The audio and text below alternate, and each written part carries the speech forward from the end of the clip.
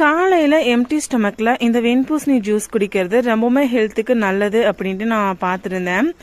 Wait லாஸ்க்கு மட்டும் இல்லாமல் நமக்கு உடம்புல இருக்க வேற ஹெல்த் இஷ்யூஸுமே இது குணப்படுத்தும் அப்படிங்கிறத நான் கேள்விப்பட்டேன்.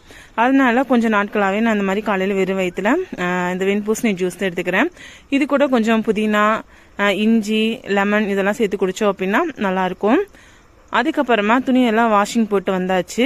இன்னைக்கு மதியம் லஞ்சுக்கு பார்த்தீங்கன்னா ஒயிட் ரைஸ், வெண்டைக்காய் குழம்பு, அவரைக்காய் பொரியல், கத்திரிக்காய் ஃப்ரை இதெல்லாம் தான் பண்ணியிருந்தேன்.